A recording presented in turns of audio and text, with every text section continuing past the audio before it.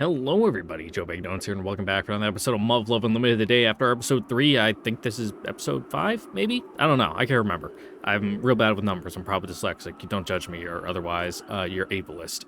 Anyway, one thing I learned after recording yesterday's episode is that whatever sound suppression system I have turned on in OBS fucking bloats the hell out of video file size, probably from like audio processing or whatever.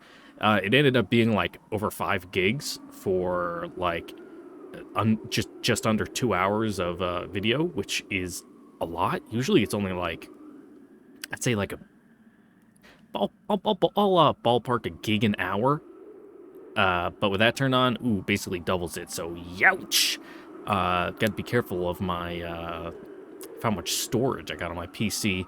I'll probably need to go through and like delete like all the all the like past series that I still have on my PC's hard drive after I backed them up and confirmed they're backed up on my external drive, which I should have everything up to like halfway through day after 2 already on my external drive, so it shouldn't be that much work, but I still have like all of like Photon melodies and fucking all that shit still on my PC, so yeah, that's hogging up a bunch of space. But anyway, last time we beat the French at a NORAD, but then they fucking nuked us, and now Yuzuka's probably dying somewhere of radiation poisoning, but probably not, because she's in a fortified suit, so there's no way really for the radiation to get to her. So yeah, let's go scrape her off the ground, wherever she is. I should have taken cover somewhere around here, but I can't see any trace of her TSF. She must have been caught in the explosion. Yeah, but we're inside our fucking unit, it's fine. As long as we're, like, sealed, like, well, it would need to be hermetically sealed because it's a fucking pressurized environment inside, like, the TSF's cockpit, so... Yeah, and there's not, like, an active source of, like, gamma radiation that would be able to penetrate through our TSF, you know, because alpha and fucking beta waves, no chance of getting through a solid metal structure like that. And then, obviously, the self-contained cockpit, and then the fortified suit. He's fine. He's fine. Our mech might glow afterwards, but that's a problem for maintenance. She can't die here. She's way tougher than this.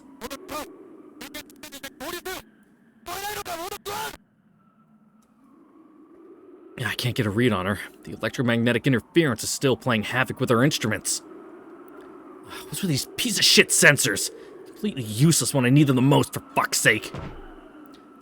Magnetic reaction, leftover heat, vibrations.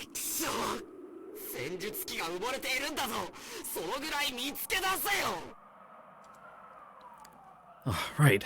I'm not alone.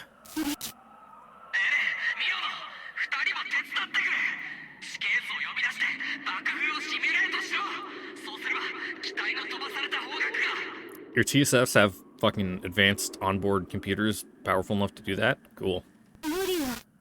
Yeah.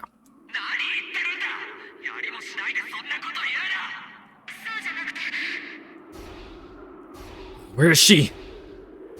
The control unit can withstand heat to some degree, but it's a nuclear blast we're talking about. Show yourself, Yuzuka. I know you said you'd hide. It's about time you come out. Yuzuka, please, come out wherever you are. From wherever you are. Words.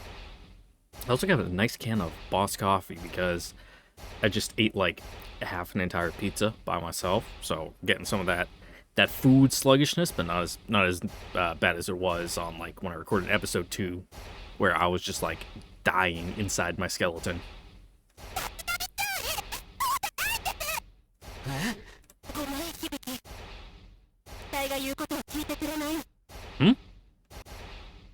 Shit. We're still in one piece, but we're not out of harm's way yet. Completely slipped my mind. Yeah, the French are fucking regrouping.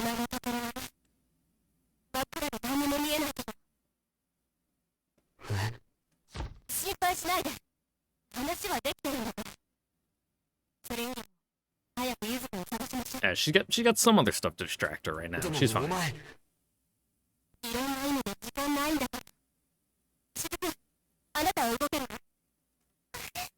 God damn, these are some fucking crusty comms.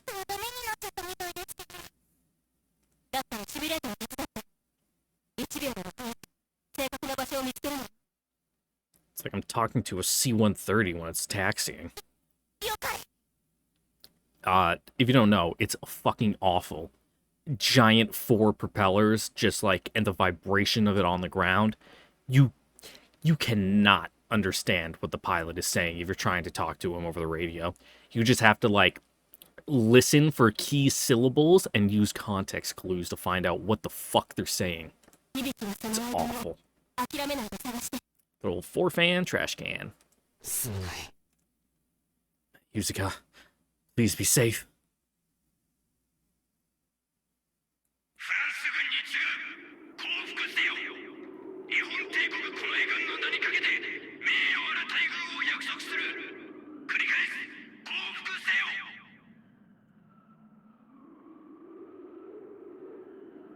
It's a little silly when they're all in the exact same pose with their hand up like that.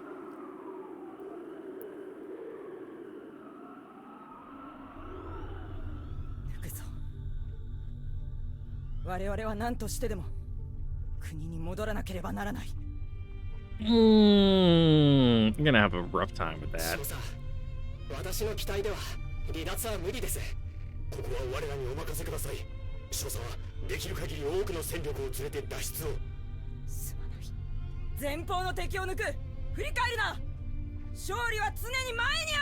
Okay.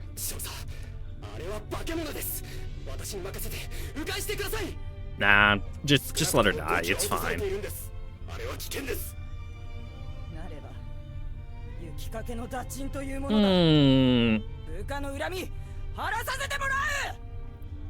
It's a little faded, but he still has fucking protagonist plot armor, you know. Where is she? Where the hell is she?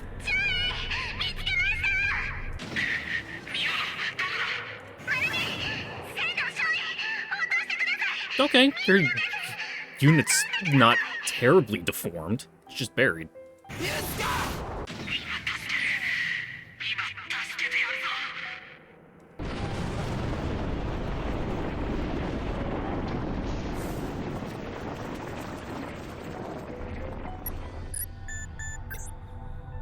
Getting vital readings. Already, damn it. I owe her my life. It's because she's always been there for me that I'm still breathing. Can't imagine life without her. Don't want to. Down, damn it.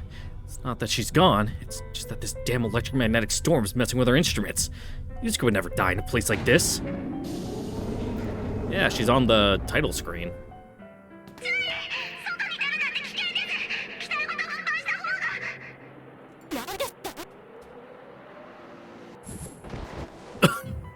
Okay, that looked a little funny. Just whoop! Fucking landing like that must be rough on your knees. She has to be alive. Yuzuka.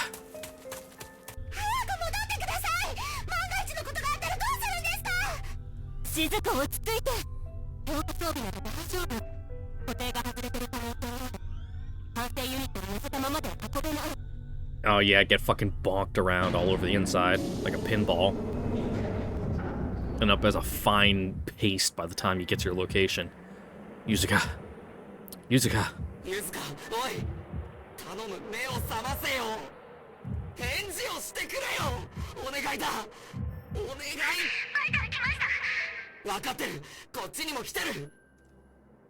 Please, wake up.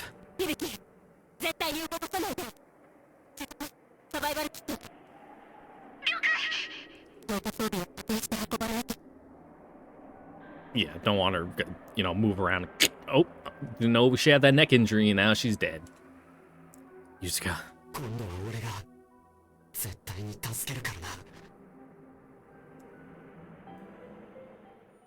Yeah, fortified suits gotta have a function to, like, fucking lock them up so that way you can transport them safely like that.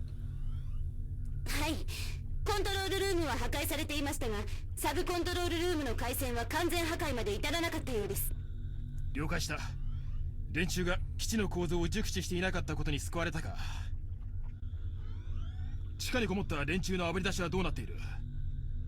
順調に進んでいます。第一地下ハンガーの武装解除は完了。組織的抵抗もほとんどなく順調に進んでいます。それと増援到着次第、少佐にはシアトルに戻るようにとの命令がありました。了解。情報は随時更新してくれ。了解。機動校さえ入手できれば敵の頭上に核を落とし放題か。我が国の為政者たちがその甘いささやきに踊らされないことを願うのみだな。Oh, come on. すまんな。まだ帰れそうにない。これはまだしばらく借りたままにさせてくれ。以上です。正確な統計はまだですが、かなりの被害が出ている模様です。わかりました。彼らの挺身を無駄にはできません。今度こそフランス、カナダとの和議を結ばねばなりません。Yeah, it's gonna be a bit awkward reconvening after this little incident. ですが、正規の流れでは殿下のお声は届かないでしょう。分かっています。方法を考えねば。別件ですが、あの方は無事生還したとのことです。尋常ならざる功績を挙げたとの報告が入っております。そうでしたか。私もそれに恥じぬようにせねばな。タケル。Yeah, when are you guys just gonna fucking kiss and make up?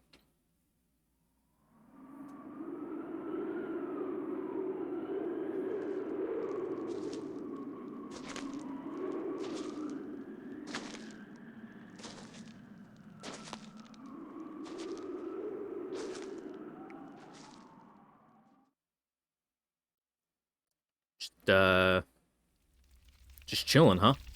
残りまだ数千キロか。死にたくなってくるな。愚痴を言うな。行ったところで距離が短くなるわけじゃない。それにこれだけ荒野が続くからこそ敵が追ってこないとも言える。I mean, yeah, because you're pretty much just dead. 敗残の兵士を追い詰めるために使う燃料はないか。日本で負けて。Yeah, you get what you deserve. おい、やめないか。このままフランスに戻るんですか？フランスに戻れば殺されるんじゃないんですか？そうだな。フランスは負けたんだ。これから出征が始まる。そうすりゃ俺たちは格好の生贄だ。やめないか。想像してみろよ。フランスはどうやって落とし前をつけると思う？アメリカと戦う力はもうないんだぜ。Yeah, the other teeth pretty thoroughly kicked in, fucking back there. 私たちみたいな外人部隊は不都合を押し付けられて処分されるのよ。それでもフランスに戻るって言うんですかい？バカらしい。このまま軍を抜け出すべきだ。And go where exactly? そうだろ？いいか、よく考えろよ。この冬だけだ。Yeah, この okay. 冬を乗り切ればなんとかなる。そうよ。自分が食うだけの食料なら確保できる。これだけ広い国なのよ。隠れて住むのは不可能じゃない。逃げてどうする？これ以上逃げて何になるんだ。だから死ぬよりマシよ。人に怯え、ベータに怯え、森の中で孤独に生きていくか。死んじまった同志たちはそれを望むのか。 Damn, almost like you guys shouldn't have betrayed all your countries. 彼らはもう死んだの。 Damn, what a concept. おい貴様。ゲグラン少佐の言葉を伝える。大尉、これより先の判断はおのおのでせよ。私におもねる必要はない。Okay. 長きにわたる寒暖真空の時を共に乗り越えてくれた勇敢なる帝国英諸君に告げる。諸君らは祖国に忠誠を尽くしたが、不幸にしてその真意が受け取られることはなかった。しかしだからといって、 I mean, maybe you were branded as traitors because you fucking are. 団長の思いで国を捨てた諸君らの心情を鑑み、発言は控えていたが、この戦争が終わったら外国人として我が国の独立に手を貸すのではなく、フランス人として生きてほしい。我々は諸君を歓迎する。それが共に苦労を分かち合った戦友に送る言葉である。 So you're going back. 以上だ。我々にフランス人になれと、多くの犠牲を忘れて生きろというのか。 Yeah, makes sense. いや違うな。ゲグラン少佐は我々に選択肢を与えてくれたのだろう。ありがたいが、自分の答えは決まっている。自分は地下に潜ってでもイカルガに復讐する。 I mean, well, yes, that guy is gonna get his comeuppance, but just not from you guys. ゲグラン少佐の言葉が信じられない。 You guys are also gonna get it. 俺はすまない。フランスには俺を待ってくれてる人がいる。大義はどうされるのですか？私の考えは皆が行く道を定めた後で話す。どの道を選ぶのかは諸君の自由だ。存分に話し合うがいい。時間はまだあるのだから。 Okay. そういうわけだ、大尉。私もこんな話は機関にしかできんよ。 God, you look fucking ridiculous. Just wanted to let that be known. 私は希代の悪人として歴史に名を残すだろうな。だがそれでいい。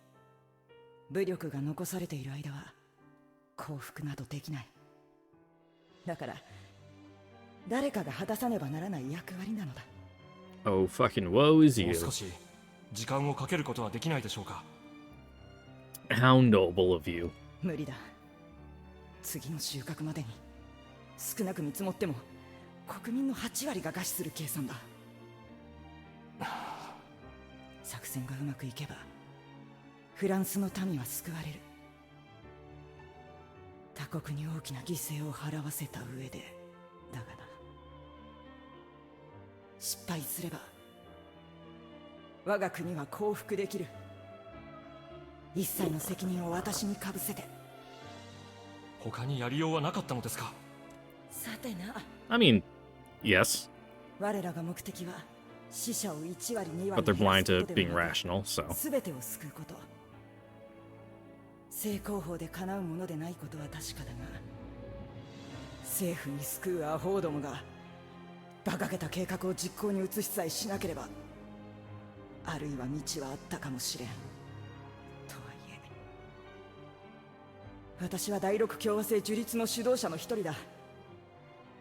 彼らを祭り上げたのは私なのだ。 Yep, you reap what you sow. それが誤りだとは思っていないが、結果として未来の選択肢を狭めた責任は認めねばならない。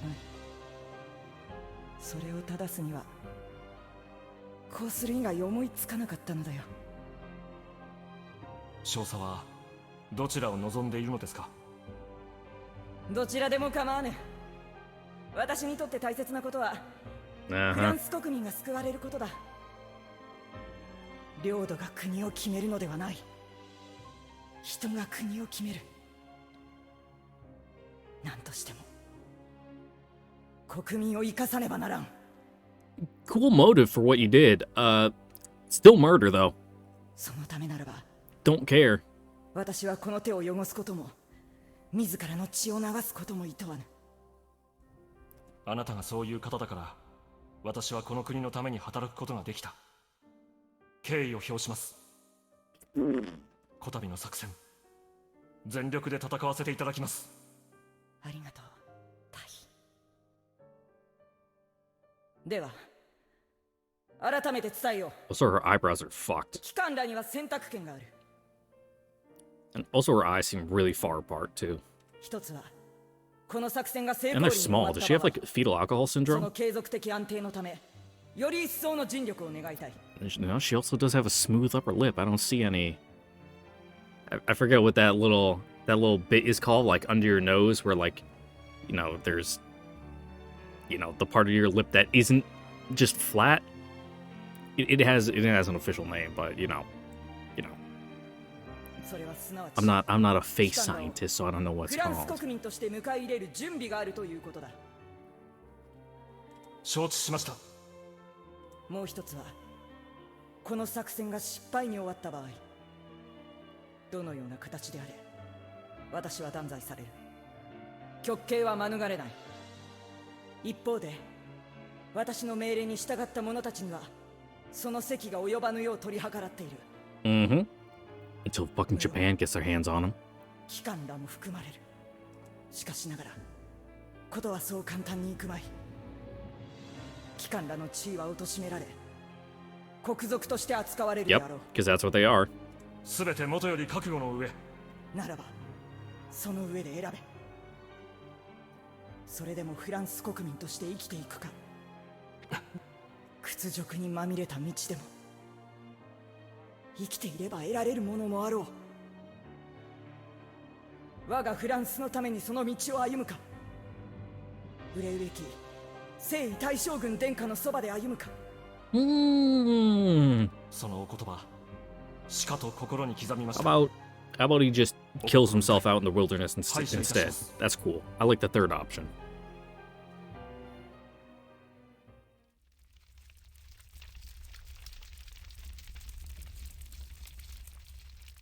Just gets fucking mauled by a mountain lion.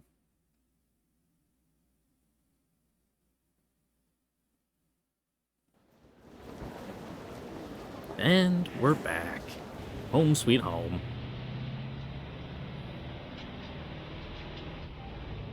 どうしたの？眠いの？ Why aren't you guys wearing your seatbelts? Put on your seatbelts. なんだかすごく賑やかだなって。まるでフランスとの戦争なんかなかったみたいで。逆よ、しずく。戦争があったからこんなに賑やかなの。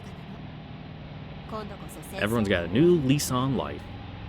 どれだけの犠牲が出たのかはみんな知らないんだもの。そうだよね。本当のことは知らないんだよね。そこは悲しむところじゃないわ。Yeah. その方がみんなにとっては幸せなことだもの。 Nothing you can do about the ignorant masses being ignorant. Just the way it is. それよりゆずちゃん大丈夫かな。いつになったら会えるのかな。 Oh yeah, how is she? She was... Sounded like she was pretty messed up. 大丈夫。すぐに会えるわよ。それより雫も体調変化には注意してね。除染はしたけど被爆したのは間違いないんだから。 Nah, you guys are fine. それを言うならエレンちゃんだよ。ゆずちゃんの次に危なかったんだから。強化装備様々よね。 Yep, there we go. フレームが歪んで機密性が保てなくなっても生き残ったのはそのおかげだわ。It's the fucking dust that gets you. Because as long as it's on the outside of, like, your suit, it can just be fucking washed off. But, like, once you breathe it in and it, like, gets in you, that's when the fucking problems start. さあ、この話はもうおしまい。みんなを安心させてあげましょう。みんな、ただいま。あ、しずく姉ちゃん。 Sup, brats? しずく姉ちゃん、おかえり。まあまあ、しずくちゃん、無事に帰ってきてくれてよかったわ。先生、みんな。ただいま戻りました。 Hey, what's up, Ichiro? Commit any more subversion against the state? 一郎くん、ただ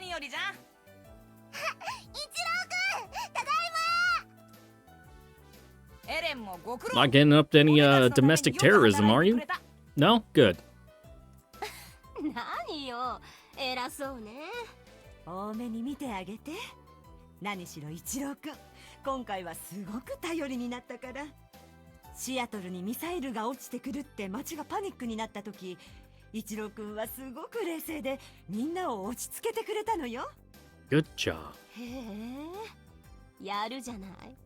立浪注意やしずく姉ちゃんとエレお姉ちゃんがいるから大丈夫って教えてくれたの。立浪は言ってないだろ。言ってたよ。覚えてるもん。Nah, false memories. Happens all the time when you're a kid. あれはおまけで仲間に入れてやっただけだ。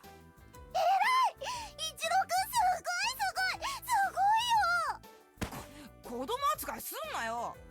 別に普通のことをしただけだ。俺は立浪みたいなチビとは違うんだ。あんなやつよりすぐにでかくなるんだからな。 You both kind of got a hair 俺の方 trigger. が頼れる男なんだぞ。そっかそっか。それで雫姉ちゃんに頼ってもらうんだ。そんなんじゃねえよ。照れない。 Yeah, ew, girls, gross. 照れてない。私は一郎くんのこと頼りにしてるよ。みんなのことよろしくね。おう。さあさあ、ちょうどいい時間だからみんなでおやつ That に was a しまし fucking ょう。 fierce clap. My 準 god. 備を始めて。ところでさ、立浪のやつは今日は来ないのか？ああ、ちょっと病院に。 Just visiting. 怪我したのか？違う違う。別に響が怪我したわけじゃないのよ。ゆずかの付き添いよ。なんだ、驚かせんなよ。それで仙道さんは大丈夫なのか？ Wish I knew. Let's find out. 言いたいことが2つ。その1、結局響のことも心配なのね。そんなことはねえよ。あんなやつ。その2、なんでゆずかだけさん付けで呼ぶの？ああ、本当だ。エレンちゃんすごい。 Sure, I'll take your word for it. I didn't even うる notice. せえ。たまたまだよ。たまたま。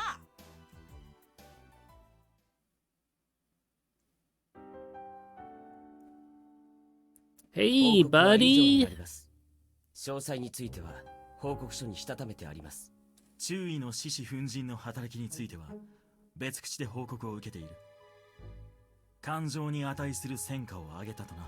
However, だがゲグラン少佐、わざと逃がしたわけではあるまいな。ログは提出しています。ご確認ください。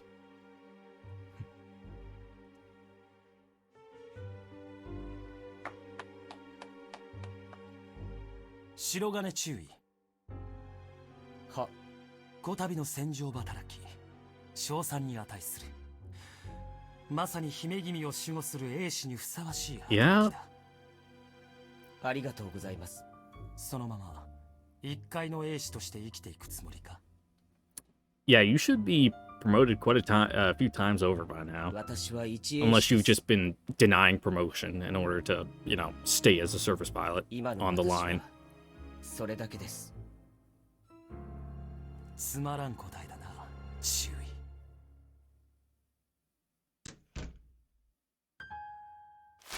しかし白金注意の機動戦技は尋常ではありません。どうすればあのような発想が生まれるやら。今回はサービスが過ぎたかもしれません。よほどのアホでもない限りキャツの起動は記録に収めようとするでしょう。 隠すより Yeah, 公にすることの方が people tend to notice when he's doing fucking jump 恐れてくれる cancels な and ら shit. よし。学んでくれるのであればなおよし。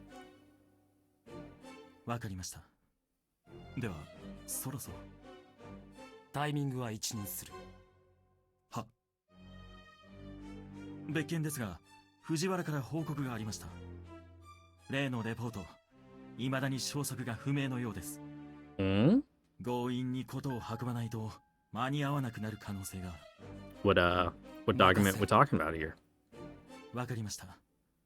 それとアメリカに回ったレポートの一部ですが、アメリカ政府内で評価が上がっているとの情報を得ています。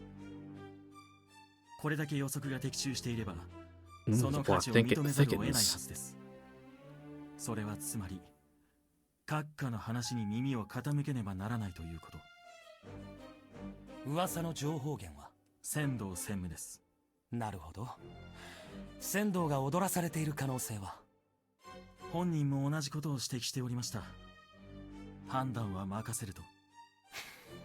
彼らしいな。先方が開示を Gotta 求め love て all くる this intrigue. レポートを完全なものにしておきたい。承知しております。 Especially when they don't mention anything in particular, so we just gotta go like, all right, there's something going on.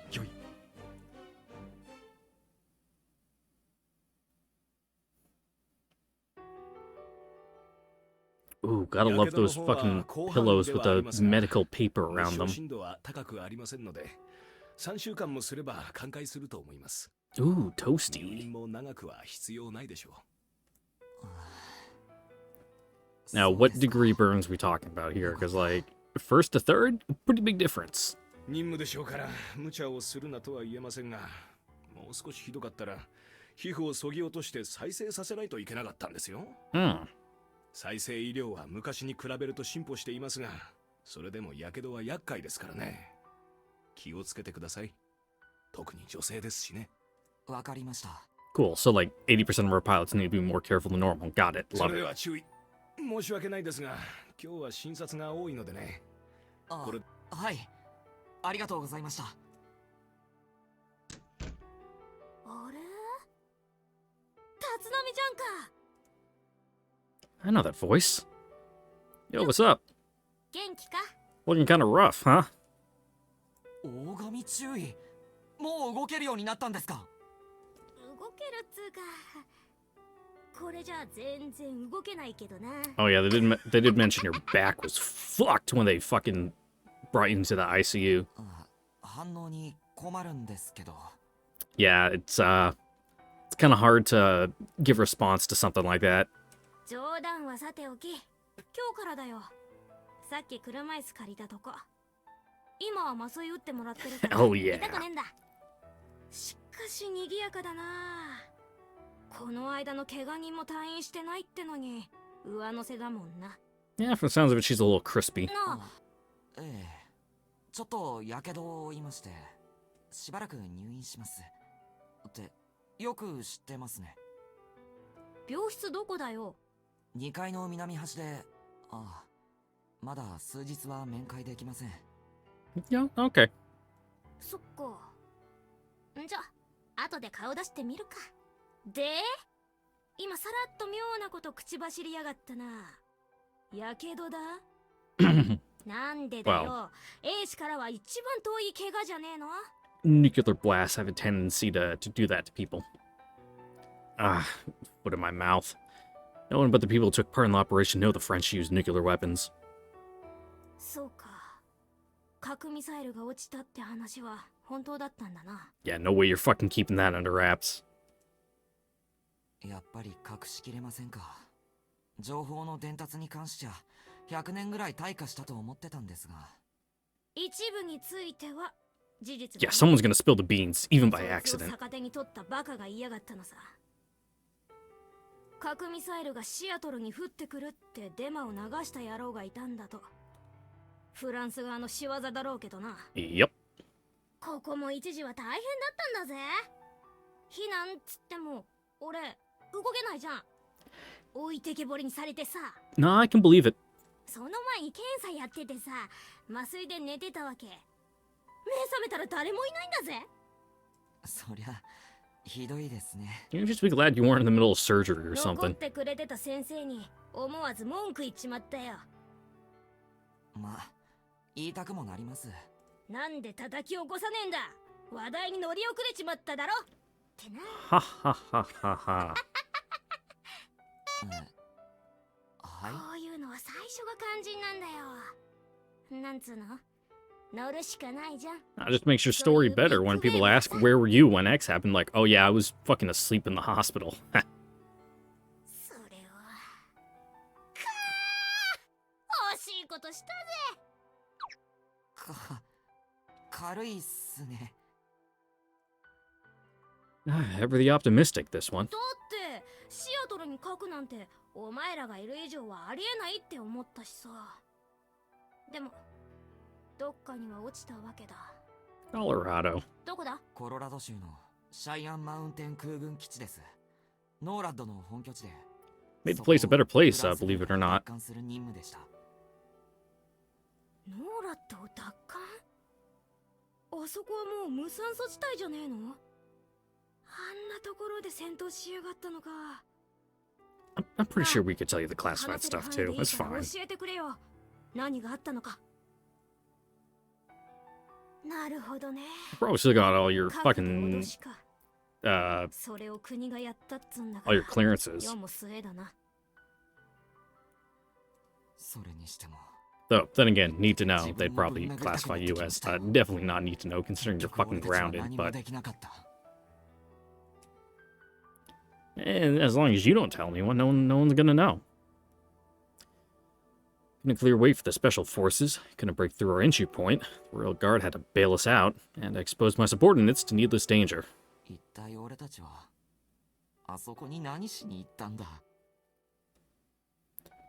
I knew the spotlight would be on us, as representatives of the IJMDF.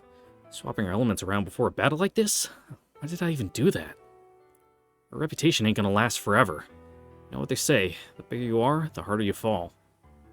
And I guess I've gotten a little too big for my britches. I was arrogant as all hell, and in the end, the people in my squad were the ones who suffered for it.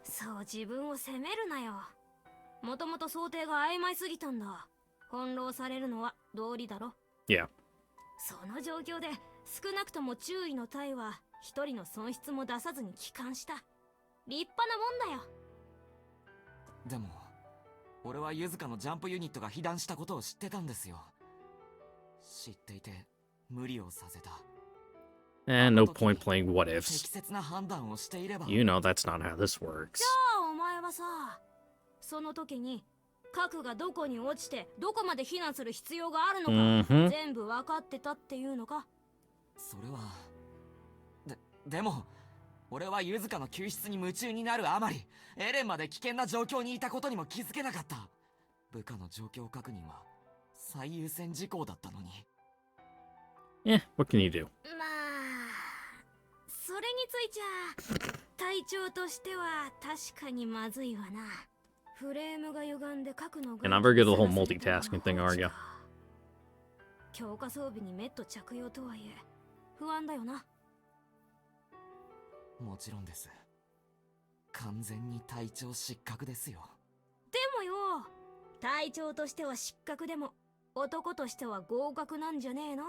ある意味、注意は仙道と付き合ってるんだろう。They're a little indefined at the moment. ユズカと俺はそんなんじゃないっすよ。今さら隠すことでもねえだろ。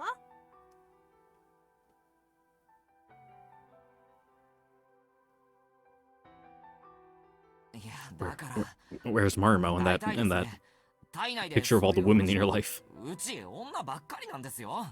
Yeah, that is a terrible idea. 知ってるよ。それ言うんならなおさらはっきりしてくれよ。 Hey, isn't that straight from the officer manual? あんまり横から口出すことじゃないけどさ。You should fucking know. 女ばっかりだからはっきりさせろってこともあるだろ。蛇の生殺しっつうか、真綿で首絞めるっつうか、そういうのは辛いからそのなんだ。Weird analogy, but okay. させてもらった方が楽っていうか、だいたい女の子を自分の周囲にはべらせておいて。 Also, don't boil things alive. Even like lobsters and stuff, at least like fucking take a knife to the back of their head and just like, bah! You can get it right through their shell and kill them like instantly. Don't just fucking throw them in there. That's fucked.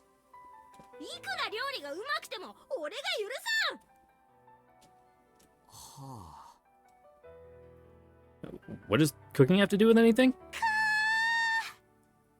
その手の話はからっきしだけど、そっちもひでえもんだな、英雄さんよ。I mean, how else would it be a protagonist? あのさ、仙道を助けようとした時の気持ち、もう一回よーく思い出してみたらどうだ。何でも欲望のままに生きろとは言わねえけど、こんなご時世だ。もう少し好きに生きたって罰は当たらないと思うけどな。 I mean, look at this guy. His hair's down all the time. You could do with tying it back. Huh? At least get like a headband or something.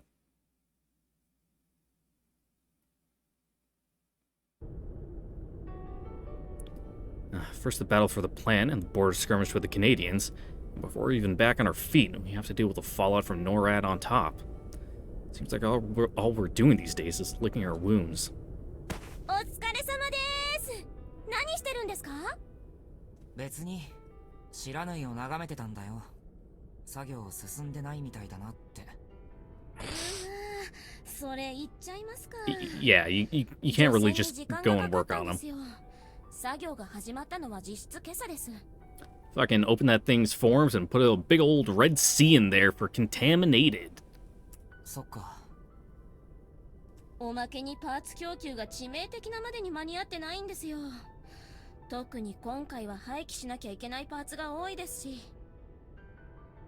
ああ、核を近場で食らっちまったしな。報告書読んでぶっ飛びましたよ。お体なんともないですか？ Any superpowers? Extra limbs? 完成ユニットは優秀だよ。対放射能性能を実地試験したのは何人目なのかまでは知らんけど。It's supposed to be made with radiation-resistant materials, at least. But no one has any idea what effects taking a blast like that at almost point-blank range might have on the human body. Wait and see, I guess. Actually, we do. The U.S. government conducted a lot of tests in like the 50s and 60s on its own troops. Actually,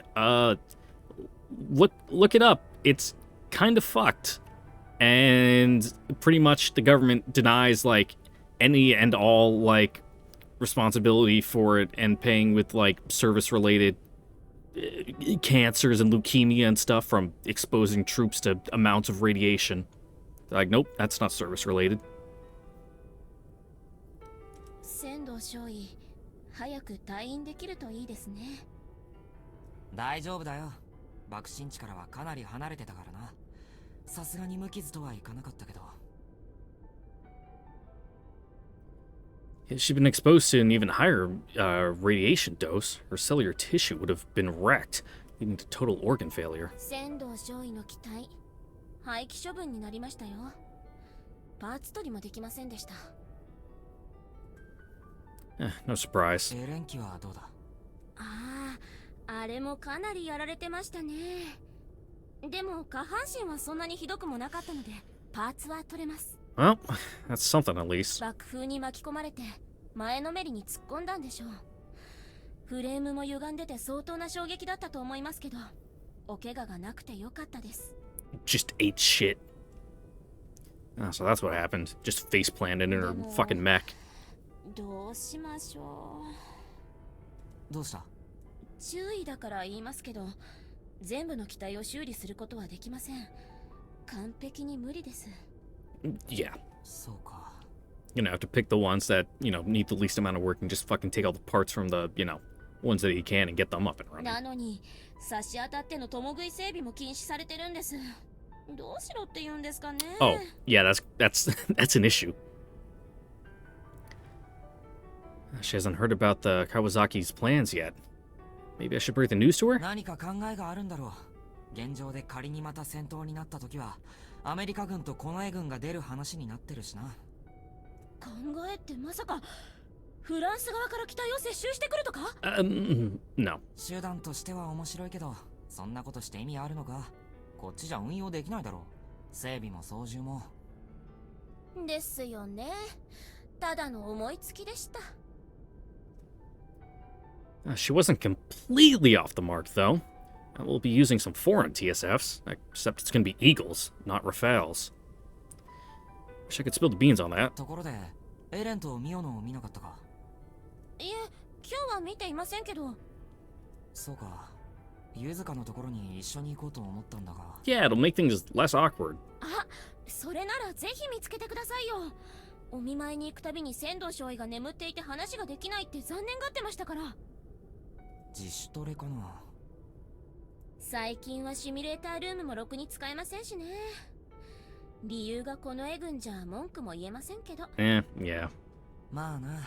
二人とは今度示し合わせていくよ。今日はもう行かないと時間切れになっちまう。Just throw your fucking hero weight around and get in. It's fine. They'll let you in. 立浪です。仙道少尉、いますか？ No response? That's weird. Maybe she's asleep or something? Nothing I can do about that. I'll go kill some time with Lieutenant Ogami. Oh. らで話していただけ Oh, ます it か。 can't be that bad. すみません。まだジェルシートで全身覆われてるので。 Oh, Yeah, of course she doesn't want me to see her like this. 悪い。配慮が足りなかった。いえ、お気になさらず。そこに予備の椅子があると思うので使ってください。ああ。調子はどうだ？痛いところあるか？ Congratulations, me. You just asked the stupidest question of all time. No shit, she's in pain. What the hell am I thinking? ちょっと熱が出てますね。でもあと数日頑張ればいいみたいですから。そっか。先生に聞いたけど、傷跡は残らないで。Oh, that's good. Then your burns aren't bad at all. そうみたい Fuck, I got burns all over my hands from like a little incidental shit. She's obviously down at the dumps, and just talking to me is bound to be pretty taxing, physically speaking. Better cut my visit short. ちなみに何か欲しいものはあるか？あれば何とかするぜ。 Yeah, the newest burn I got on my finger was right on the top of my index finger, like right below my fingernail. I was burning a string off my hat, but because our hats are like a nylon fucking mix, it just like turned into napalm and fucking fell onto my finger and just that fucking hurt so bad. And then it like turned into a little blister, but fortunately it went down. Now I just have this nice little smooth mark on my finger. I got a couple of those on my hands. 特には何も。今はこんなですから、ひとまず不自由はありません。 Yeah, I got one on the base of my thumb. Then also on the same index finger, I have like a scar on the side from when I was at summer camp. We were making knives. And I was cutting the sheet metal with the bandsaw. And it had fucking bounced up and got me right on the side of the finger. And just, like, not down to the bone, fortunately, but... I mean, it might have, because the side of, like, your finger, it's just, like, nothing but skin there. So, maybe it did get to the bone. I don't know. But I got that nice little line right there from that saw. Fortunately, it was sharp as hell, so it was a nice clean cut, so I was just able to bandage over it. Probably should have got that one stitched up now that I think about it, but, you know, enough ace bandage can fix anything. そっか。ご心配かけてすみません。エレンとしずくちゃんにもお伝えください。ああ。どうも見舞いに来てもタイミングが悪いらしいからな。I have another scar on my hand, yeah. From when I tried to stop my dog when I was a kid from, like, eating the fucking UPS guy so that I would get the package. I went to reach down to grab her collar, and she was, like, just snapping, and she fucking clipped my hand, and that fucking hurt. 気にするな。今は寝るのが仕事だろ。元気になったらゆっくり話せばいい。はい。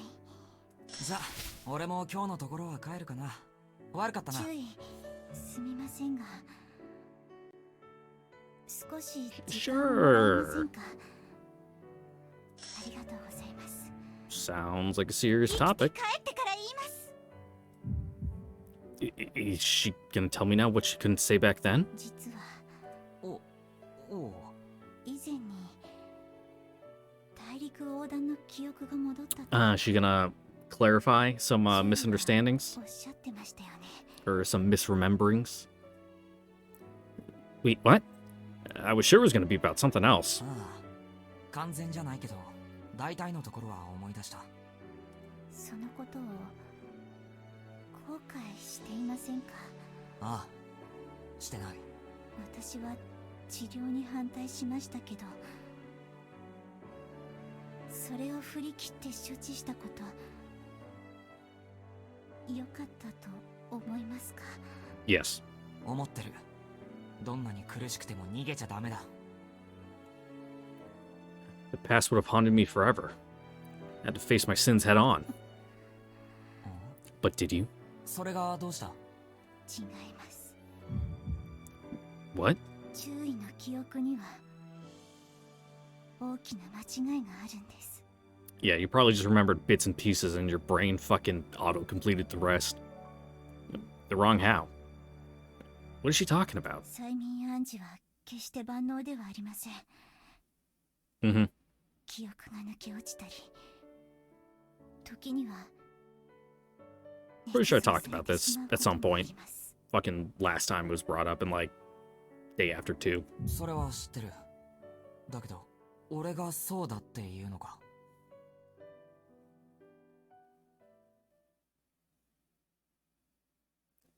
Are my memories not real? 本当のことをお話しさせてください。 Oh man, the beans are spilling out all over the floor. わかった。頼む。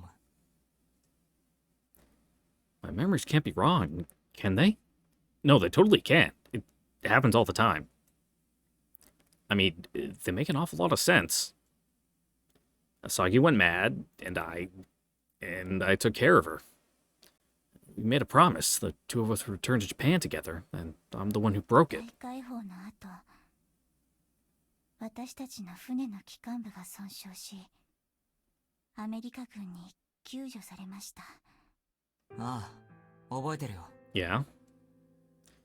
We were scrambling to abandon ship, trying to make sure as many of us as possible survive, and to bring along all the stuff we could. ボクサーでの注意はお元気でした。積極的にみんなと交わって、みんなの気分をほぐしてくれましたね。Uh-huh. アメリカ軍人は陽気だったからな。Guys were having a hard time, no doing from us, but they did their best to put on a brave face. I remember thinking I should follow their lead. 注意の心が疲れ出したのは、あの事故からだと思っています。注意が打ち漏らした敵が、ボクサーに特攻するのを見てから。Yep, we remember that.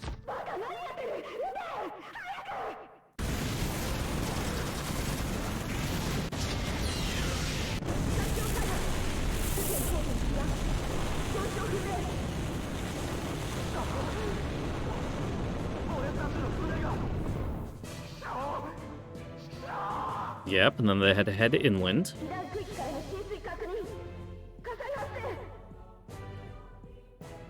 First time in my life I had another person in my sights. Fought against the beta plenty before, but that did nothing to prepare me for how hard it would be to pull the trigger on a fellow human being. Just couldn't do it. And my American comrades in arms, the people extended a hand to us when we were at a rock bottom, paid the ultimate price for my cowardice. あれ以来、注意は時々塞ぎ込まれるようになりました。それからカナダ領内で戦い、私たちは敗れました。Mm-hmm. Made your way to Hudson Bay, and then you got your asses kicked, then you fucking went west. フィルターの確認は怠るな。水分は定期的に取れ。出ないと干上がるぞ。さあ、みんな立つんだ。電源を抜けるまでが勝負だ。行きましょう。注意。そしてあの長い旅の中で、みんなが徐々に壊れていきました。Uh-huh.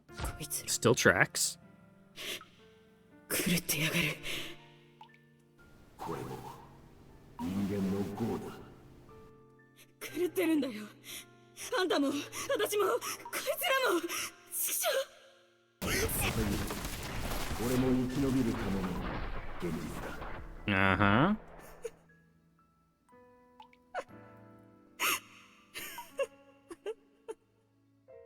でも注意は逆に少しずつ立ち直ってくれました。Yeah, well, time heals all wounds and all that.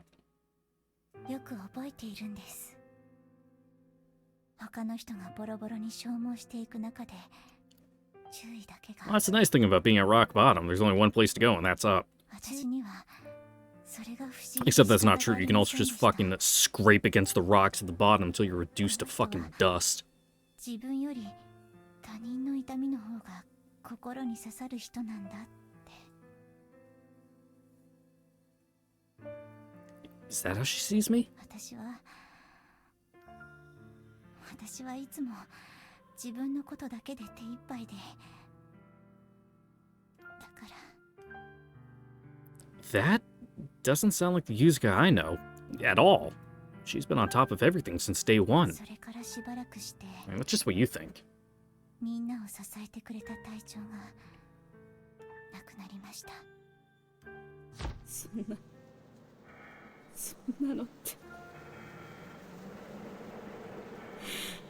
なんであんたが真っ先に脱落しちまうのさ。昨日寺本翔也が亡くなってから少し様子が。それが自殺の言い訳になるのかよ。覚えていらっしゃいますか？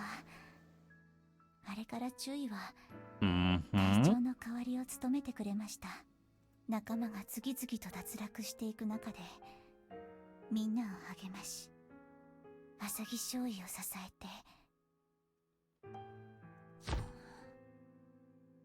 日本に帰ったらああしようこうしようって夢を語ってくれて、ご自分だって不安を抱えているはずなのに。 Yeah, okay, everything still tracks. 浅木少尉も注意の話を聞くと穏やかになって、多分私はその姿を羨ましく思っていました。 Also tracks. 変ですよね。だって私最初は注意のことがすごく苦手だったんですから。そうだったのか。やっぱり気づいてなかったですか？ Yeah, you should have expected that. ああ、いや、貸し基地だろ。思い当たる節はあるよ。正直こっちもお前みたいなタイプは初めてだったし。 And by that you mean? That's only natural. A working class dude like me would never cross paths with a rich chick like Yuzuka. Oh god, I got something in my eye. Give me a sec. Ah! Ooh, that itch. Ooh. I realized right away the two of us lived in completely different worlds. That we had a completely different outlook on life. 注意は人懐っこくていたずら好きで、すぐに周囲と溶け込んで、バカなことを言うかと思えばみんなに気を使って。知ってます？ Mm-hmm. 隊長は注意のことをうちの部隊の末っ子だなんて言ってたんですよ。末っ子。 Yeah, because you're tiny. Shit. Even the commander took digs at my height? ずるいな。 I don't think he meant it like that. 基地のみんなになれるまで私がどれだけ苦労したのか分かってるのって。なんというか、その、すまん。 Yeah, not really your fault, or her fault, really. You know, just being from such a different background, you know. Of course it'd be hard to fit in. A little aristocratic mingling with the rabble. A little aristocrat mingling with the rabble. Yuzuka must have felt so incredibly out of her element during our days at Kashi Base. 俺が下町で育ったからじゃねえかな。無遠慮っつうか、三軒隣まで家族っていうかさ、プライベートがないってことに対して。 Like, thank fucking God I'm relatively funny. I wouldn't even say I'm that funny. It's just that my brain, I'm not smart, but my brain is quick. Like, I'll be able to make fucking connections like that, which is really good for situational humor. Like, my ability to make fucking, like, snap comments about something, zingers out the ass. But if you try to, like, make me do stand-up, oh god, I'm like fucking floundering.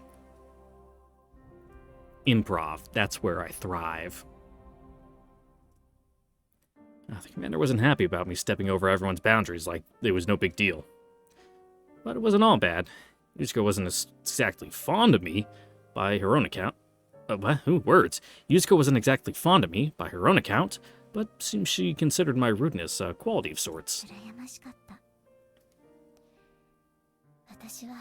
But yeah, you do need to respect people's personal space.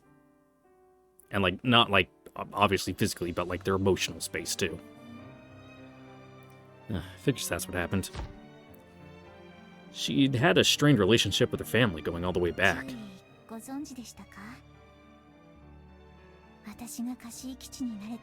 Nope, news to us. 浅木少尉のおかげが大きかったんですよ。いや、そうだったんだ。ところで、お前の方が配属早かったの忘れてないか？そうでしたね。Yeah, it usually is for everyone. でも軍になれない私にいろいろとおせっかいを焼いてくれて。姉子体質だったからな、あいつ。千の前髪事件って覚えてますか？ I've heard tales. それはもちろんあの時はあれを解決してくれたのも浅木少尉でした。 Hell hath no fury like a group of women with a grudge to bear. Man, shudder to think what would have happened to Matsukaze and me if Asagi had been the vengeful type. あんなでも実は心の中では楽しかったです。私友達が多いタイプではなかったので。意外だよ。お前みたいなのがクラスにいたら人気者になってたと思うんだけどな。I mean, she's nice, but she's kind of the, how do I say, not withdrawn, but, you know, keeps such an arm's length away. It's difficult to get along with her kind of person, it seems like. 階級社会って新参者には厳しいんですよ。成り上がりの起業家の娘ごときが立ち入ってはいけない世界もあるみたいです。Ah, that explains a lot, actually. 家の中でも徴用の書は厳格に定められていて、私の自由にできることなんかほとんどなかった。物質的なことで不満を持ったことはありません。でも私の周りには誰もいませんでした。友人も Sounds rough. 先生も Can't relate, though. 兄弟もそれだけが原因じゃないんですけど、家にいることが苦痛になった私は父から逃げるようにして軍に入隊しました。軍に逃げてそこでも馴染めなくて浅木少尉に助けてもらって。It's okay. Everyone's always a fucking cringe lord when they first join the military. I remember my first, like, year and a half. Like, I don't count basic and I don't count, like, technical training. Like, once you hit fucking operational, everyone's, like, a little fucking weirdo. Because at that point, you've had, like, almost a year in, like, this weird fucking limbo state of reality where you're in training and, like, you're in the military, but it's still, like, super formal and strict, but it's not, like, you don't know how to be a real person anymore. And then you get out, and then you're, like, with all these other people who are real people again, and you're, like, this little fucking weirdo. It pretty much happens to everyone. It's not just me, I promise. I promise it's not a thing. You have this fucking boot-ass quality to you that people can just see you. They can tell from the way you stand, from the way you sit, from, like, just your vibe, your demeanor, that, like, you're wired funny. You need to be rewired to, like, get back into, like, society and reality.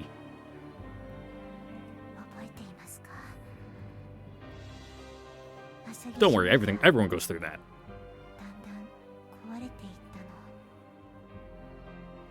Oh yeah, she started getting these weird eyes and drooling. あんたに渡しとく。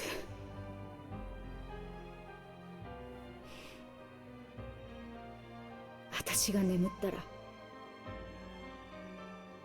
私の頭を撃ち抜いてくれ。 Fun fact, if you plan on shooting yourself in the head, don't go with the side of your head like you see people do. That's a good way to just fucking shoot a bullet through, like, your frontal cortex and just end up, like, with a weird personality disorder because you just, like, destroyed part of your brain that is involved with, like, speech and fucking social cues. What you want to do is you want to aim at, like, the back of your throat, like, through your mouth, so that way you hit, like, the base of your brain stem. So if that gets, you know, there's nothing left. Gotta know these things, you know, just in case. おい。頼むよ。私は怖くて引き金なんか引けないんだ。やめてくれよ。もう嫌だ。もう嫌なんだ。撃ってくれ、立浪。今でもいい。Yeah, you were in a bit of a rough やめろっ spot. て。頼む。もう嫌なんだ。こんなとこで。落ち着いてくれ。大丈夫だ。俺がついてるから。アサギ、お前は強い女だろ。誰よりも勇敢だったじゃないか。Mm-hmm. 大丈夫。大丈夫だから。That just makes someone feel worse, because they're like, if I am, then why do I fucking feel like this? Clearly I've been lying to you. Oh god, that fucking glass noise. ここから私を。大丈夫。俺たちは絶対に帰れるから。落ち着けって。殺して殺してお願い。覚えてるよ。Yeah, Sagi went mad. She was tough but kind, yet at the end of her journey, not a trace of her former self remained. She was long gone, long before she met her end.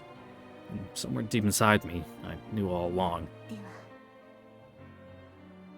浅木少尉の最後も記憶していますか？ I mean, Hibiki thinks he got her, but that doesn't explain why there's the little bit of fragments of you in his memory, you know, pretty much covered head to toe in Asagi.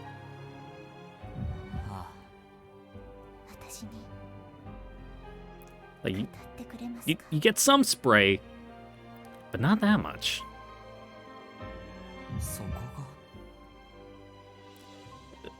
The part that's not true? It has to be. わかった。俺の記憶を話す。日付は覚えていない。確か。 Oh, that's fair. I doubt anyone was fucking keeping a calendar on them during that march. 限界になっていたアサギが暴れ出して、ナイフでお前を殺そうとして。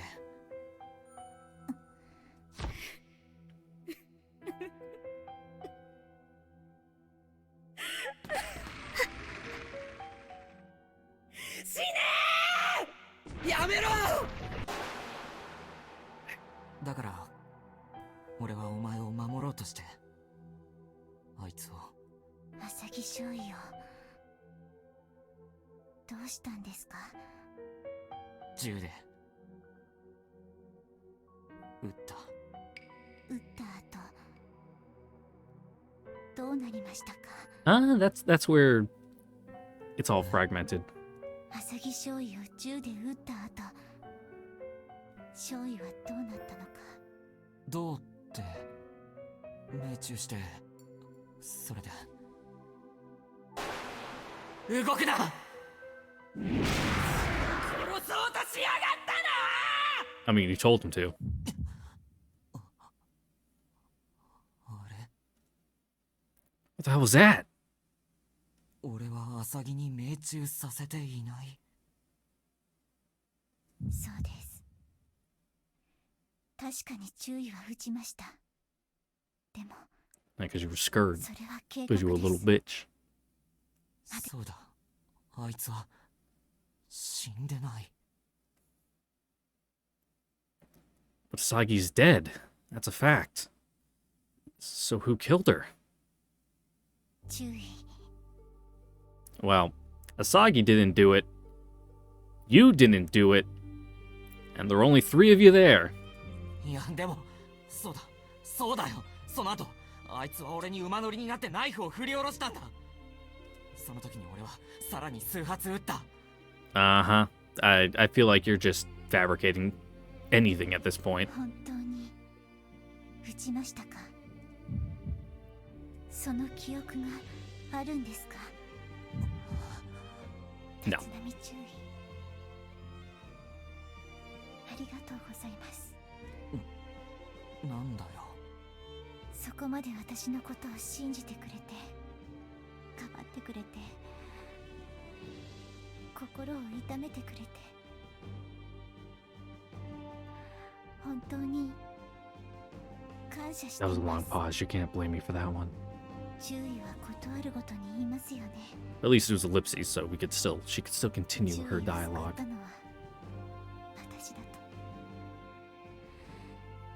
自分が諦めた命を私が諦めなかったからシアトルにたどり着いたんだと。 I mean, yes, that is what he's been saying. 本当のことだろう。注意を守るのは絶対の約束です。それを破ったら私は存在できません。 Trying to make amends in your own way. そういうことじゃないんです。何言ってるんだ。それが Got a little something you were feeling guilty for? 浅木少尉との約束だったんです。たとえ何があったってましてや注意は私の罪を一身に背負ってしまった。心が壊れてしまった。自分より他人の痛みの方が心に刺さる人だから。 Alright, you gonna just come out and say it? 私はどこまでも It's quite the preamble 悲劇のヒロインを気取った for letting us know that you're the one who killed Tasagi. 自分を認めてほしいだけの身勝手な女だった。浅木少尉の命を私はずっと無駄にし続けていた。注意から寄せられる信頼が嬉しかったから。罪の意識がなかったわけじゃない。でも何も知らない注意のそばにいられることの幸せが。 And you were feeling guilty because... でも間違いだと今回の作戦ではっきり気づきました。核が迫る中心によぎったこと、それは楽しかった思い出でも大切な人への別れの言葉でもなく、このまま私が死んでしまったら注意は何も知らずに生き続けることになるかもしれないということでした。そんなことは嫌だと思ったけど、もう遅かった。 and you felt that way because you did what? こうして生きていられるのは奇跡です。もうこんなことは起こらない。 Why don't you start by, telling us what happened to jog our memories. That way, throw us a bone here. なんだよ罪って。お前にそんなものあるわけねえだろ。もう気づいているんじゃありませんか。浅木少尉がなぜ亡くなったのか。注意でないのなら残りは一人だけです。 By sheer process of elimination. 私が浅木少尉を殺しました。 As I suspected.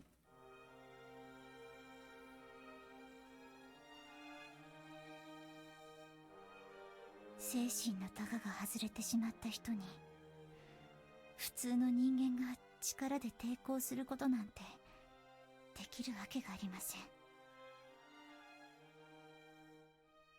注意は簡単に銃を飛ばされ、武器もなく振り下ろされるナイフに押し負けそうになっていた。だから。 And what did you do, Yuzuka?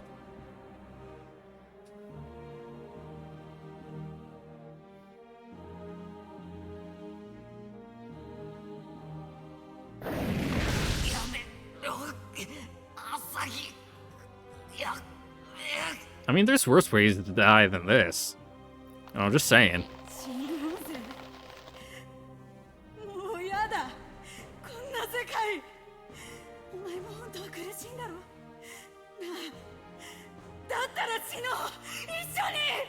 This is a non-consensual lover suicide. Let's not do this.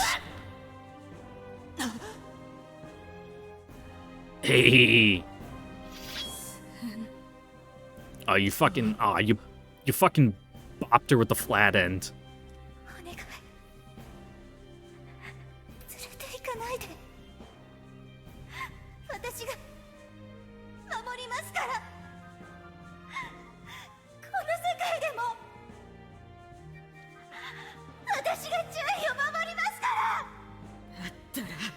Ooh. 一撃で殺せこのクズ野郎！無敵のヒロイン気取りのお嬢がこの後に及んでそんなにてめえを認めてほしいのかよ！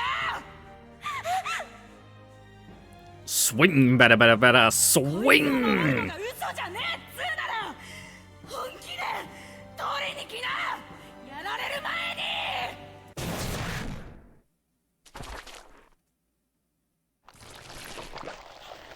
Oh yeah. Ooh, good fucking hit. It'd actually be pretty hard to decapitate someone with like a wood axe like that. Because pretty small blade and without like any support like to keep their like body stiff. You know, it just kind of go in and gotta go. The kind of body would move with it.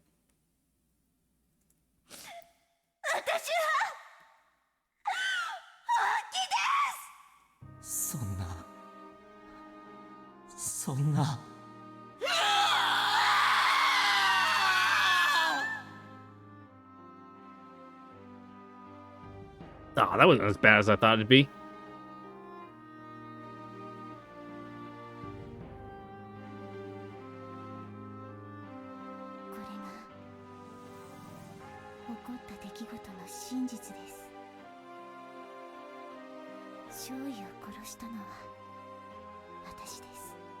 Cool.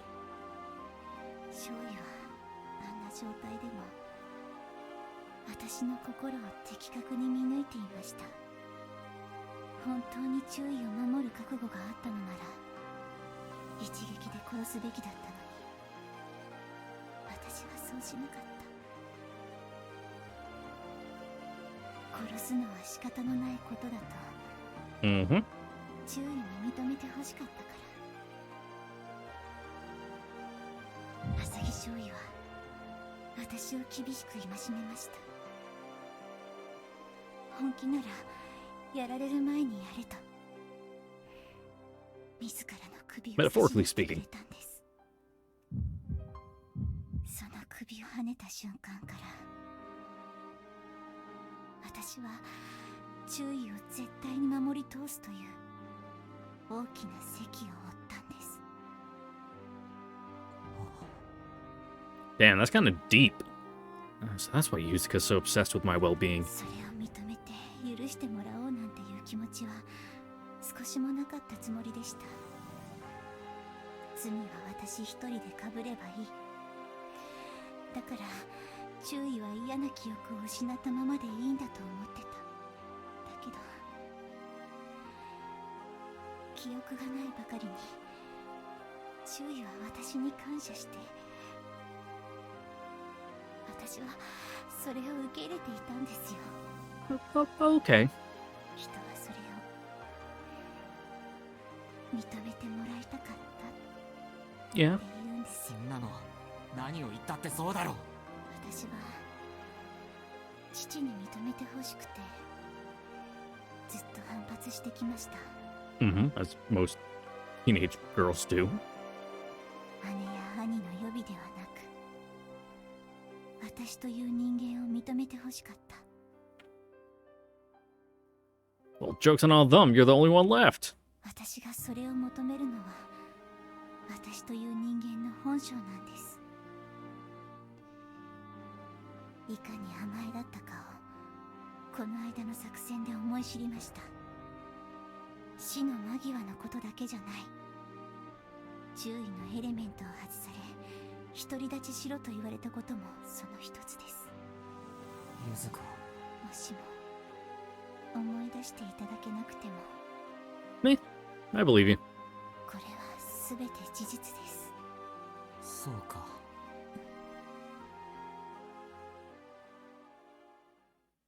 なあ、ゆずか。Yeah, well, not much we can do about it now. お前は今の話、何のために話したんだ？ And just, you know, not wanting there to be any misunderstandings or false pretexts as to, you know, your guys' thing. 自分が楽になりたいからじゃないよな。全ての真相を明らかにした上で、それでもお前は俺を守り続けるつもりなのか？はい。俺が断ったらご迷惑にならない方法を見つけます。私には今までそれも足りていませんでしたから。Yeah, we really don't appreciate you swinging an axe at our front door. 注意と肩を並べて戦うのも方法の一つだと気づけましたし。本当、幼いですね、私。じゃあそれは義務だからなのか？そんなことはありません。でもそういう気持ちがないといえば。It seems like a multifaceted reason. そうか。 Oh, so you're still going, but you're talking so slow. My bad. ここにこうしていられる。同じことが何度積み重なったか、いちいち覚えてないほどにな。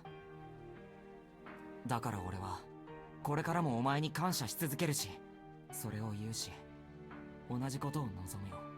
Yeah, well, nothing can stay the same forever.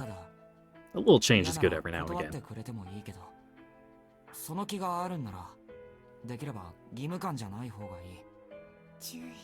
あとさ、お前は認めて欲しかったっていう気持ちを甘えだと言うが、そんなことはないだろう。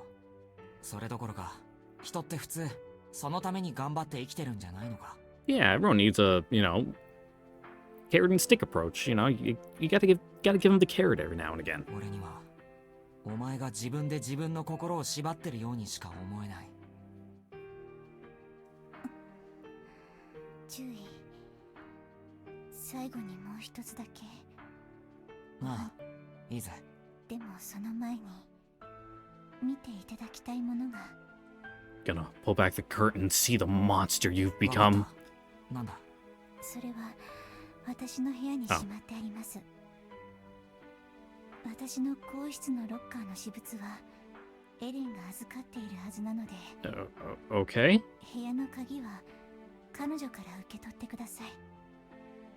クローゼットの中の書類棚の一番上。茶色い封筒に入っています。Interesting.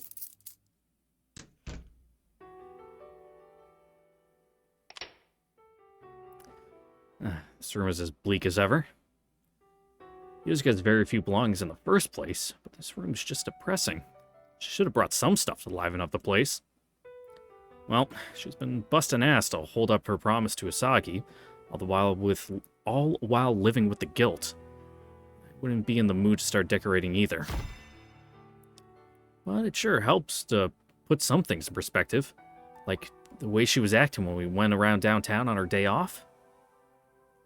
She was furious with me after I caught a glimpse of her in her birthday suit. I ended up desperately trying to please her the entire day.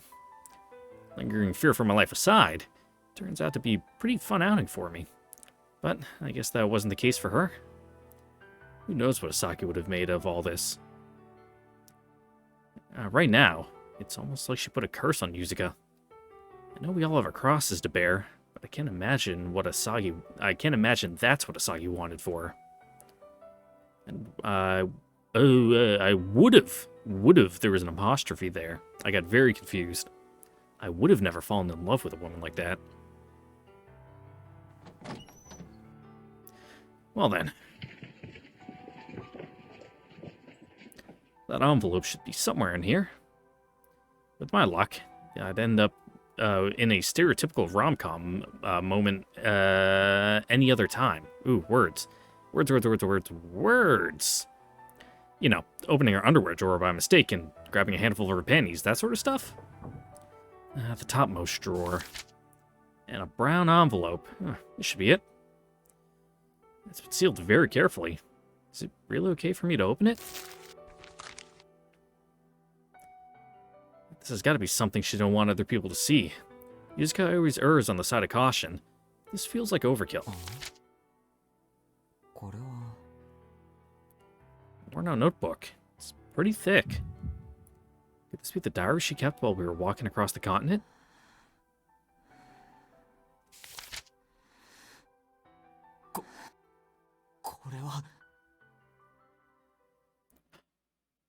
What could it be? The plot thickens. Oh my god. This is in Yuzuka's diary. It's Asagi's. Never even suspected she was keeping a journal. Why would Yuzuka want me to see this? What does she want me to find in there? Hi. エイス少尉です。ああ、もしかして鍵か。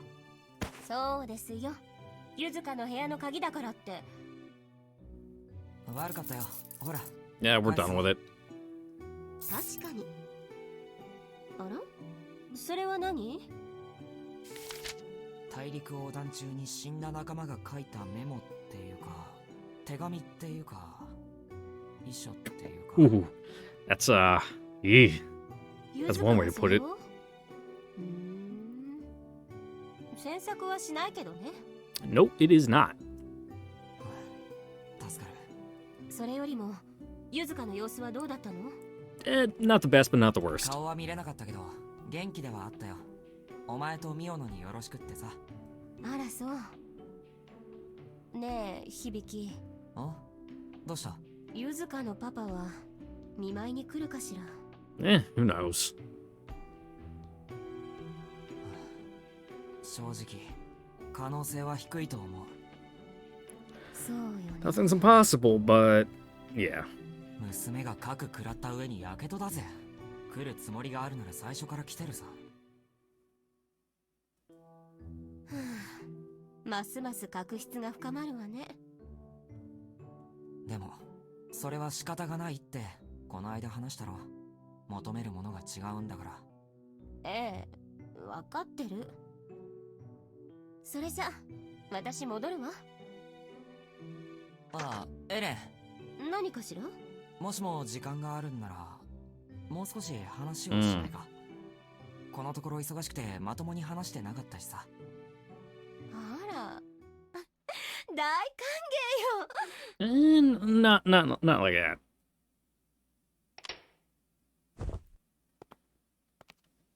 I think it's just more like I don't want to be alone with my thoughts right now kind of thing. 何が起きた？え？お互いの体に効くんじゃないの？ Damn, and on Yuzuka's bed too? That's kind of fucked. 違う。Here I am trying to be serious for a change. ねえ、私ってさ、そんなに魅力ないかしら。Oh, you're a fucking bombshell. そんなことはねえよ。That would make things much, much easier on me. じゃあさ、せっかくのスウェーデン、召し上がってもいいけど。ねえ、一体どうしてそんなにお堅いの？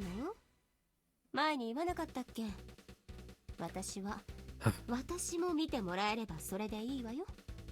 If you're ever gonna fucking let her down, now's the time, my guy. それは聞いた。けど、そんなことできるか？ Still beating around the bush. You know, but I I wouldn't mind beating around her bush if you catch my drift. Hey! Hey! Oh, I should have read that, I think. Maybe? 正直に答えて。これ大事な話だから。Yeah, I'm trying real hard to restrain myself here, I'll have you know, is what he said. And was on screen that you probably saw, but I feel like I should read it anyway. なんだよ。私がゆずかだったら食べちゃった？同じだよ。まったくお前は。It should make a difference. まあいいわ。それで何を話すの？お前の家族について。全然知らないのはお前のことだけになっちまったしさ。よかったら聞いておきたいと思って。そんなに大した話でもないわよ。It doesn't need to be. 実は私もゆずかと一緒でね。あんまり親とはうまくいってなかったのよ。意外だな。ちなみにエレンの親は何やってる人なんだ？私の両親？昔は小さな自治体の政治家をやってたけど。Alright. 本当かよ。なんだよ、うちの正体。I mean, small-time local politics doesn't really scream money, my guy. Yusuke and Ellen are all well-bred women. And then there's me and Miyano, the working-class people. And even split. Funny that. お嬢様なんて柄じゃないけどね。ゆずかの家ほどじゃないけど、うちもガチガチでね。特に父は自分が優秀だと確信してる人だったから、しつけも厳しかった。I can see that'd be grating, but it's better than him being a bum. 政治家って人気商売でしょ。選挙に勝たなきゃ失業しちゃうんだから。だから見てくれにはすごく神経を使っていて。Obviously. 父が褒められるのを聞くたびに誇らしく思った。私も子供の頃から他人にどう見られるのかっていうのを意識させられたわ。It explains why Ellen can go from a proper lady to her usual self at the drop of a hat. Maybe she's just like Yuzuka, rebelling against her upbringing? Because she really doesn't give, she doesn't seem to give half a shit about what the others think of her these days. でも同時にそれはプレッシャーでもあった。私はあの人のアクセサリーみたいなものだった。あの人を飾り立てるための道具。What's she talking about? 優秀でいなさい。服を汚してはダメ。みんなのリーダーとして振る舞いなさい。Mm-hmm. 小さい頃はね、親の期待に応えようとして頑張った。でもやがて頑張ることに価値を見出せなくなった。努力して自分を磨いても結局あの人は飾りとしてしか見てないんだって。それで何もかも嫌になったの。じゃあエレンの入隊動機は親元から離れるため。The exact same motive as Yuzuka. まあね。でも私の場合親の方がしたたかだったわ。娘の入隊を自分の票に変えるための工作をすぐに始めるんだもの。Of course. That's savage. Guy made Ellen's temper tantrum completely meaningless in one fell swoop. He really showed her. That's a politician for you. Always prepared to spin things in his favor. その上、私が英士希望って分かったら、すぐに死なれちゃ困ると言わんばかりに軍に干渉してきてね。危うく会計課で一生を過ごすことになりそうだったわ。本当かよ。本当よ。危うく有能な英士が歴史の闇に消えるところだったわよ。で、こっちもいい加減嫌になってね。できるだけ連絡を取らないようにして、それからオービットダイバーズへの選抜試験を受けたわけ。親の影響力の及ばない世界で自分を試してみたいってね。I don't think having demanding parents is necessarily a bad thing. Sure, it ain't gonna be all fun and games, but at least you'll be well prepared to stand on your own 2 feet. But there's a limit to everything. Excessive demands and expectations can end up driving a kid to the brink. Well, at least that's how I think it is. My folks sent me to a cram school, but the place was run by one of the neighborhood wives, so it was more like a youth club than a place of study. All the kids there knew each other, so we always ended up goofing off the entire time. Man, adults used to get so mad. それが遠くへ行きたいって思って宇宙を目指した話につながるわけだな。そういうこと。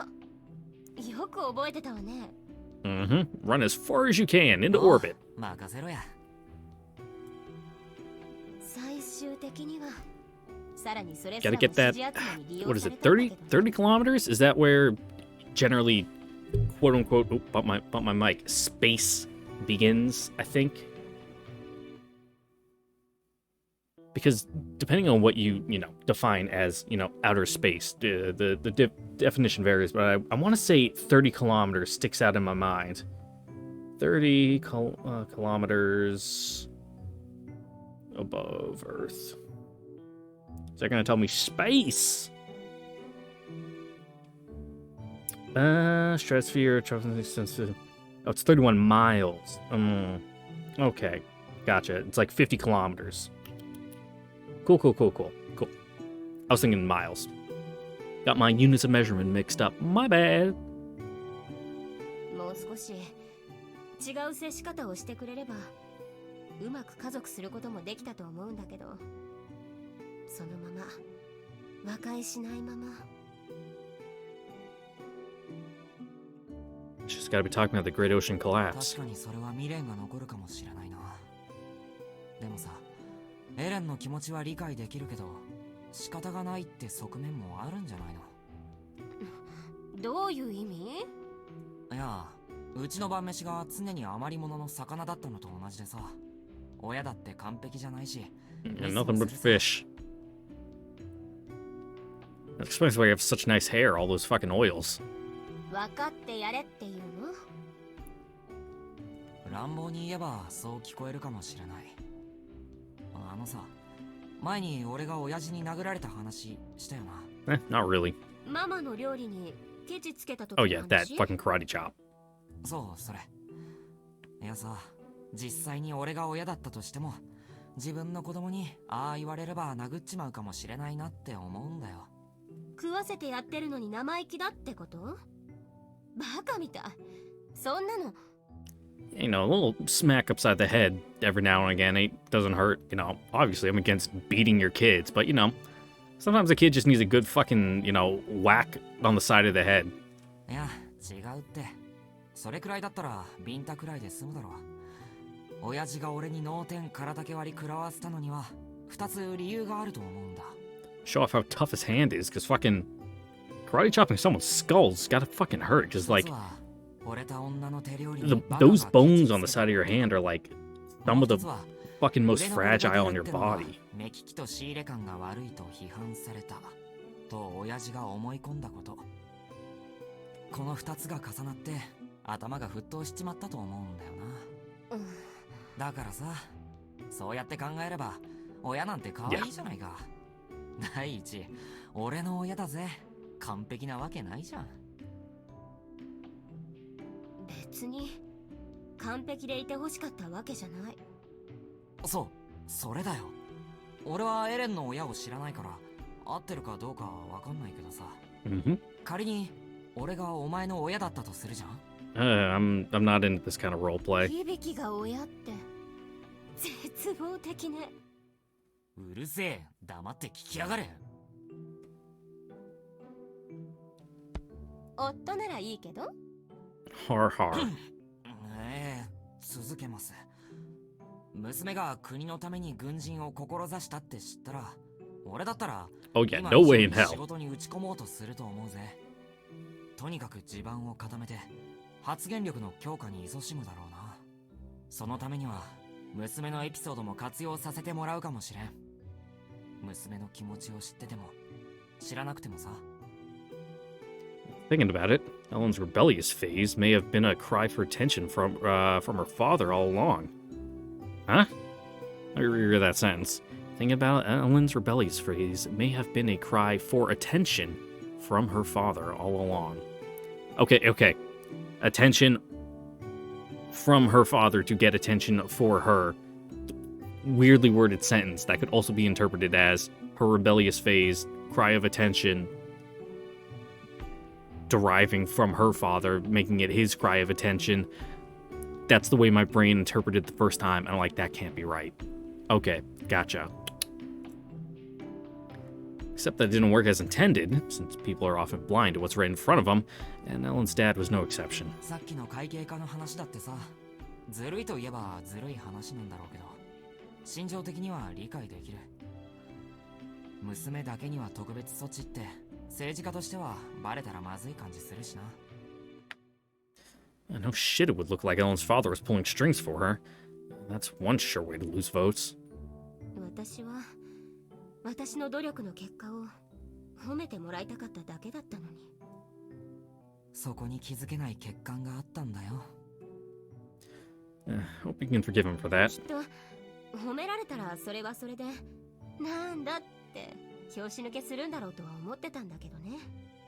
そうか、きっと普通に嬉しかったと思うぜ。エレンの親だろ、悪いやつなわけないだろうし、きっと家族より国民とかの方に視線が行き過ぎてただけだと思うぜ。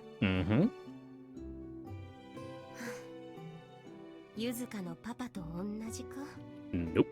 スケールはお前の方が上だけどな。ありがとう、響。少し楽になった気がする。俺は話を聞いただけだけど Sometimes that's all you need to do. Maybe I was talking to my ass during that last part, but at the very least, I gave Ellen a chance to get everything off her chest. そうね。見事なまでに都合のいい解釈だった。でも、あれでいいと思った。そっか。そうよ。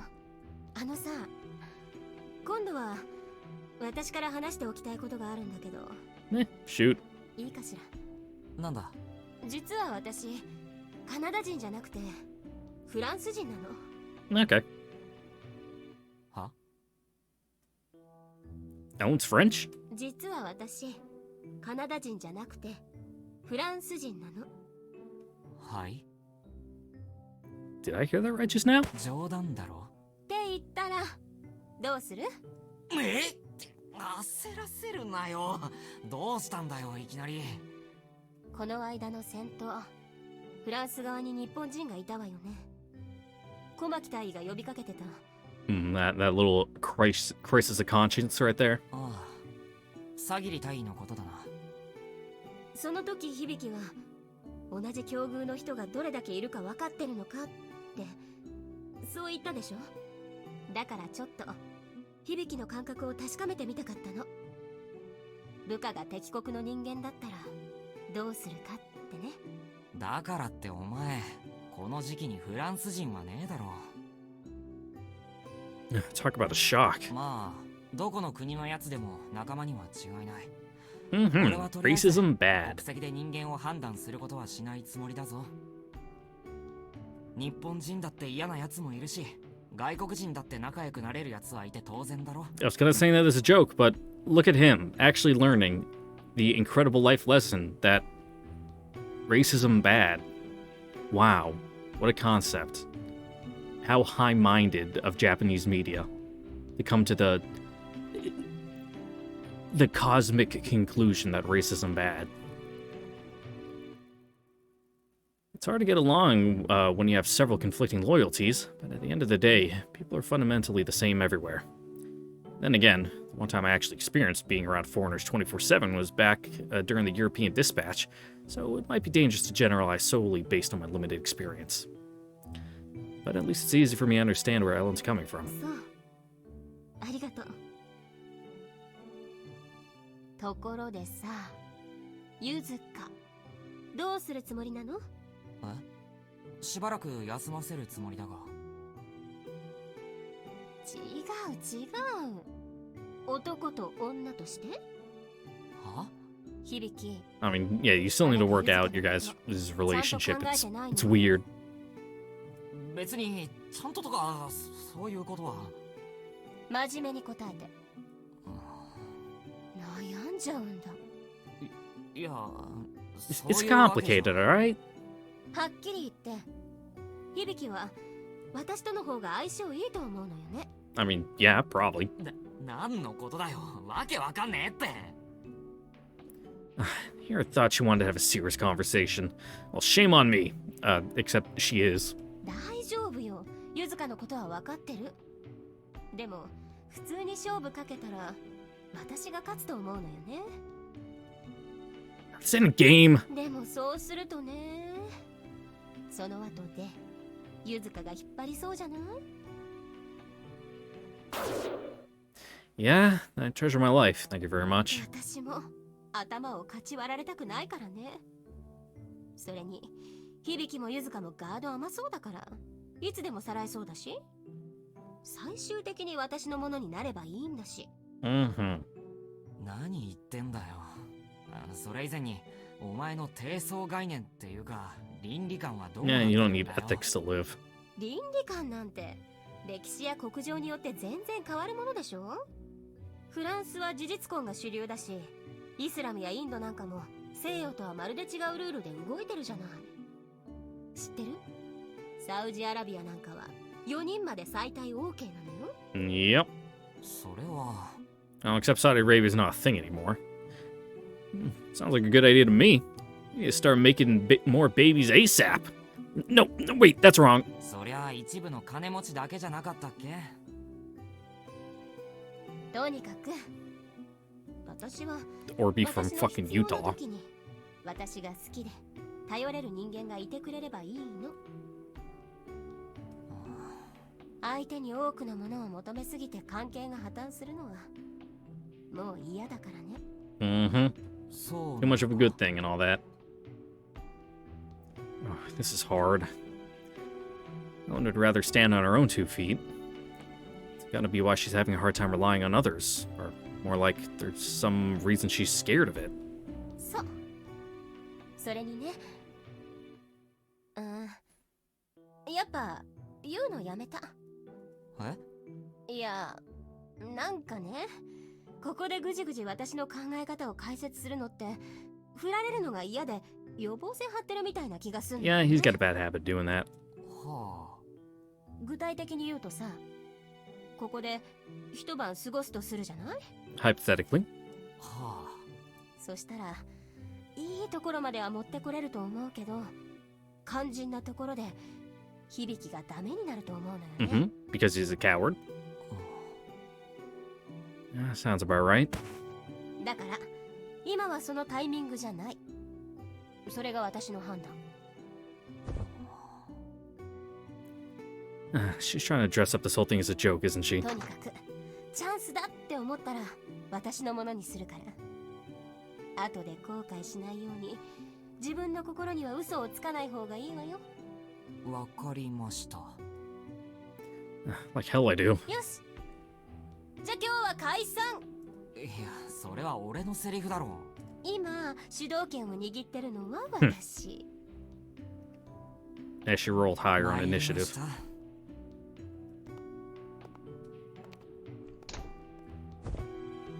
Ooh, that was a weird fucking transition. Fucking egghead looking ass. One hell of a day I just had. Gonna be more worn out. Ugh, words. Would kill for a bath.